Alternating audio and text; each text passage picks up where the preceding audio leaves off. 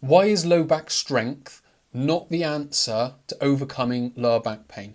Social media and a lot of people on it are going to tell you otherwise, but I want to share with you, first of all, some real life examples of why that isn't the case and how that isn't the case. Hopefully it will be quite logical for you to understand. Then we'll look at why back extensions won't cut it and they won't give you the low back that you're searching for. And then I'll finish with what I recommend, and hopefully by the time we get there you'll have a better understanding of why I'm saying what I'm saying. So the first part is some real life examples. The first one is me. When I was a teenager, I had a flexion based low back injury. So from bending down and picking things up. It wasn't things that were heavy. They were light, but I would do them regularly, and the activity was skittles. So in the UK, there is a game much like 10-pin bowling, but there wasn't the machines that picked the skittles up at the end of the alley. It was a person, and that was me. So I would be doing that multiple times an evening, 2 to 3 evenings a week, to earn me some money when I was a teenager.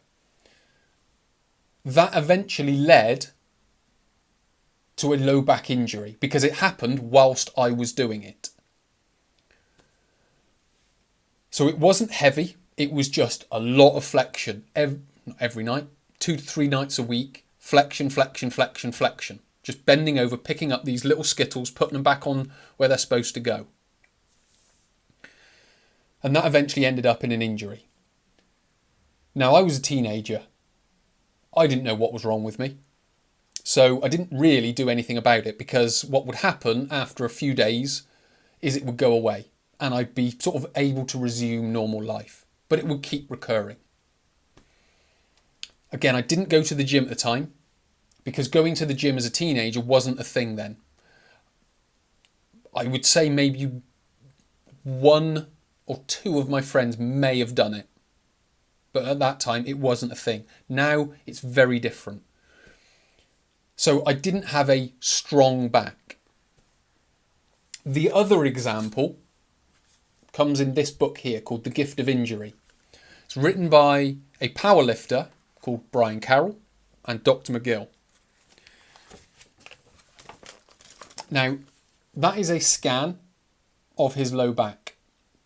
Now, I didn't have the luxury of a scan of my low back, so I don't know what exactly was wrong with it, but it was a flexion injury. But with regards to this one, he's a powerlifter. He had disc bulges, he had crushed vertebra, he had bone edema, and he had a sacral fracture. So this wasn't a flexion-based injury.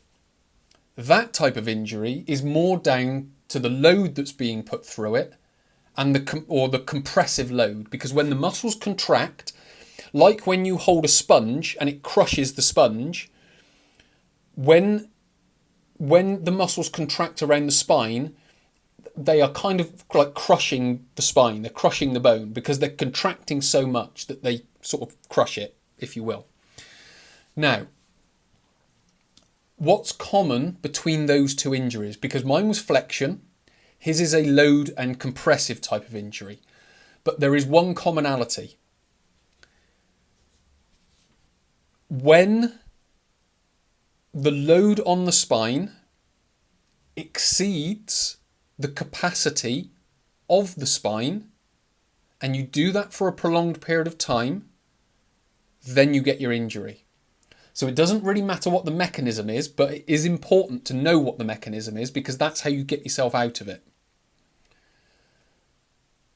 So when the load exceeds the failure tolerance or the capacity of the tissue, the bone, the disc, the ligament, the muscle, and it does that for a prolonged period of time, you will get an injury, because the body is slowly breaking down.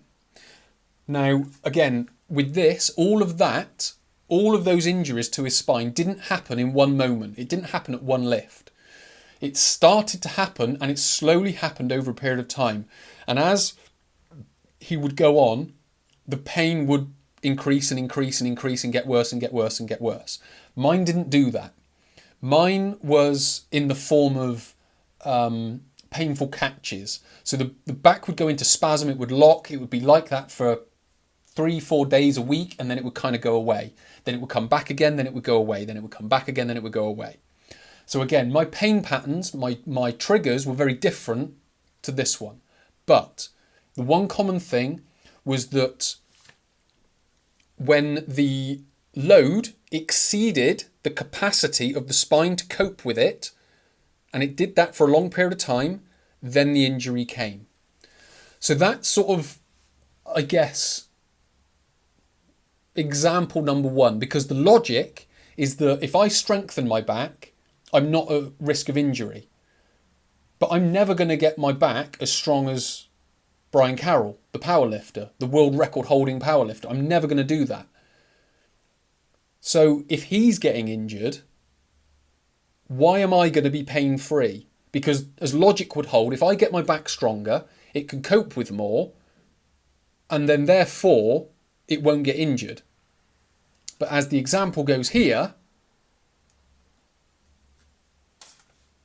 he is getting in. He has a very strong back. But what we were both doing is exceeding what we were capable of, and we did that for a prolonged period of time. So as we get stronger, we will exceed more. We will exceed more if you don't know what you're doing. And that's what we need to talk about next when it comes to exercise and how we go about training the back properly. Now we can start to talk about why things like back extensions don't work and building the strength of the lower back doesn't work. Well, the first thing is understanding the anatomy. You've got bones in the form of vertebra, and you've got all the spinous processes that come off the back and the sides. Then you've got the discs, which sit in between the vertebra. Then you've got the ligaments that sit around the spine and give it a basic degree of stability, so they all just don't fall off each other. And then you've got the muscles that go around that give it the strength and the capacity and the resilience and the robustness and all the little buzzwords. But basically, they're able to tolerate what you give it.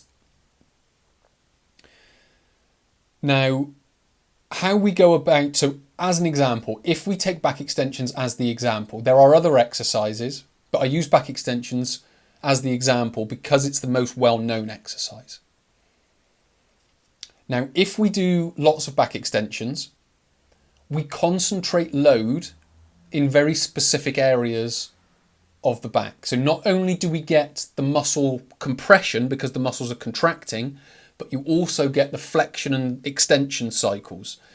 So you kind of combine what I had with the flexion and the extension and what Brian has with the compression and the load on the spine. So you kind of get the, let's just say, the best of both worlds. Now, that puts what can be described as stress concentrations on the spine. And if you want to know what stress concentration is, it's where stress concentrates. And it goes on specific areas. Now, that makes it much easier for you to exceed the load on the spine.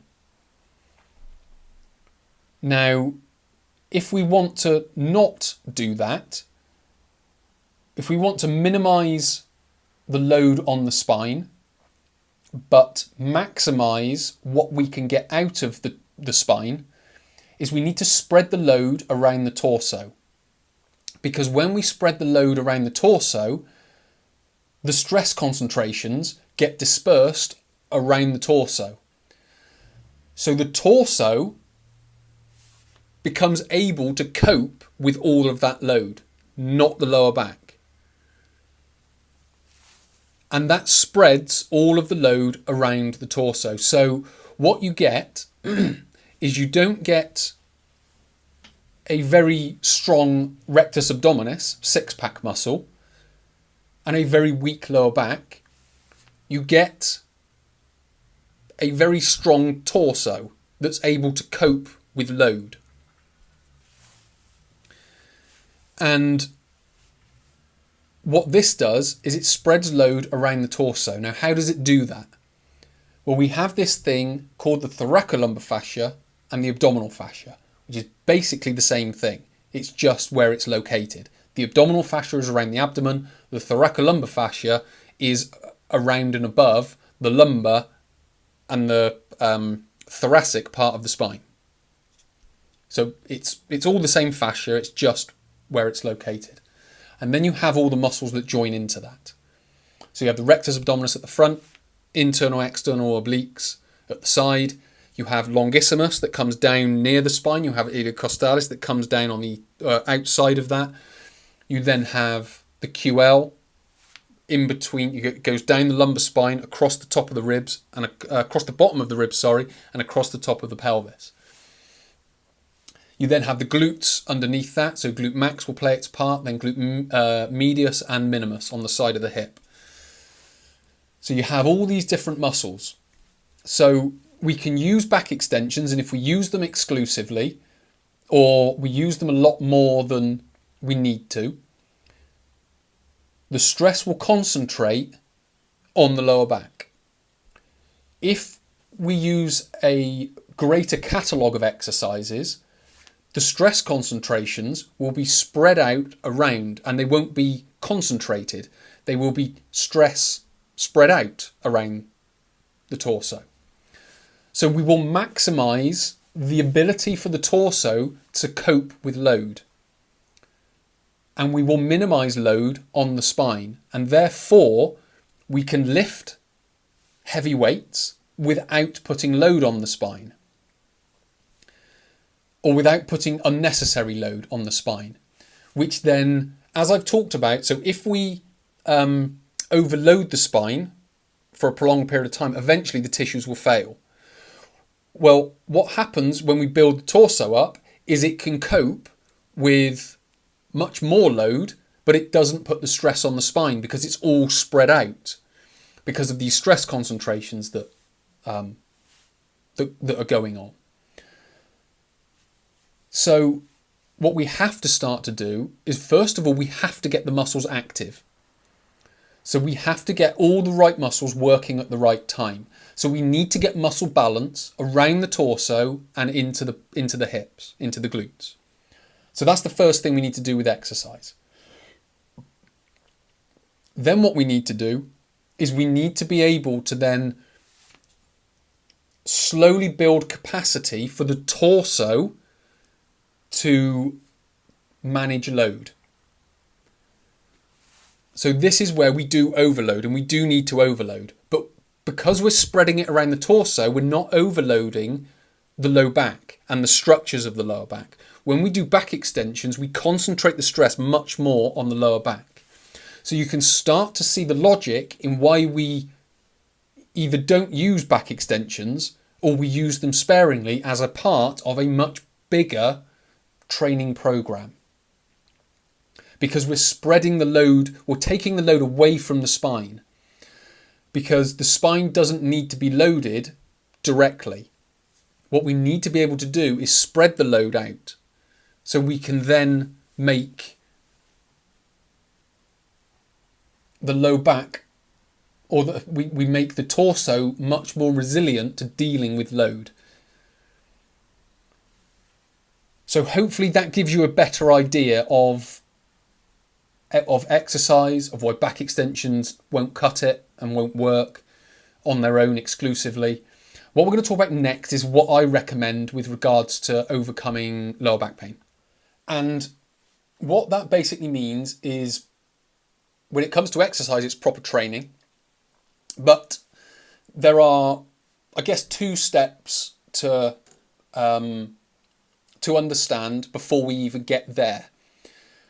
The first one is understanding your lower back pain. I've kind of described this before in part one, but it's understanding your lower back pain. So I had a very flexion extension based type of back pain. Whereas Brian Carroll, our powerlifter, had a very much more load and compressive type of trigger to his lower back pain. So if we can understand that, we can then understand that we both need sort of different protocols to be able to reduce our pain. Mine would be to not keep flexing the spine, because that's what's causing the problem in the first place. So I need to manage how much I'm flexing my spine, because if I keep doing it, I'm going to keep getting the same result. If I just throw strength on top of it, that doesn't matter, because flexion is the trigger, not compression. Although compression could become the problem if I keep continuing to be strong, to add strength around it, to keep putting stress on the spine through strength training, if that makes sense. So number one is understand your lower back pain. So understand the triggers. Number two is to then start removing it. Now, that doesn't mean you're never going to flex your spine again, because as you build capacity, as I'm going to talk about it, it gives you a greater license to be able to do that again. It's just initially, it's not advisable to do, because that's what's triggering your pain. So if you keep doing what's triggering the pain, you're always going to get your pain. Now, again, if you listen to a lot of sort of social media influencers, they've when you hear them talk, they will say, I was searching for a year, 2 years, 5 years for the answer, and strength was the answer. If you've been searching for the answer for that long, the damage to your spine has probably, well, it's certainly changed. It may well have healed. A disc can take 18 months to 2 years to heal. So if you've waited that long, you're probably not going to have as severe a disc injury. So what I'm basically trying to get at there is, if you have a back spasm because of a disc bulge and all your muscles lock up, if you start doing back extensions the week after, when the pain dies down, you're probably going to re-injure yourself. If you haven't done that, but you've been waiting and trying and doing this, and you haven't been loading your spine and all this kind of stuff because you've been told by a physical therapist not to do it, your spine has probably gone through some sort of healing process. So when you get to 18 months to 2 years down the line, the structures have changed and potentially healed. Therefore, that leaves the door open to strength training. And because that's happened, it gives you that license to restart exercise. So you've kind of stumbled upon the answer, but you've done it unconsciously. You don't really know why you've got there. So what we have to do, number one, understand one's low back pain. Number two is start removing triggers. So Brian Carroll would have been compressive loading triggers. Okay, well, let's take some of the load away from the spine, allow it to heal, and then we'll start reloading it. It can deal with flexion, possibly. I don't know the answer to that. I didn't coach him out of it. But let's just say he can flex. So he could flex, but he couldn't load. So he can still bend his spine, but you just can't put excessive load on it because it will just re-trigger it. So we've got to take away those triggers to allow the spine to heal. What we can then start to do is start building the capacity of the whole torso. That is, I guess, my mantra or whatever when it comes to overcoming, or certainly exercise for lower back pain. It's building the whole torso.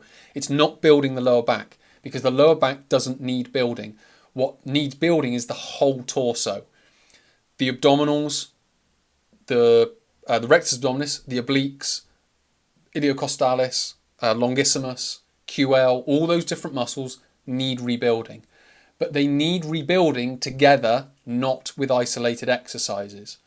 So things like farmer's carries, isometric holds, side planks, bird dogs, bridges for the glutes, building glute medius, glute minimus with monster walks and sidestepping or lateral stepping and things like that. So all these different exercises are able to do that rather than back extensions on their own exclusively, because you then are at greater risk of re-injuring because you're putting those stress concentrations on the back. I wish I could explain it more clearly. If you're not quite understanding it, leave comments below, ask questions. I'm happy to answer them. I may even, if I get enough questions, I'll do Q&A videos based on this if there are questions down below. So please do leave them below. Again, I could go on and on and on about this, but I'm not going to, because again, it sometimes feels like I'm sort of going around in circles with what I'm saying. So hopefully this has been helpful. Hopefully it's given you a better idea. If you've enjoyed the content, hit the like button. If you've learned something new, hit the thanks button. If you've got a comment or a question, leave it below. If you want to watch more, if you want to learn more about this, hit the subscribe button and the bell icon, and I'll speak to you in the next episode.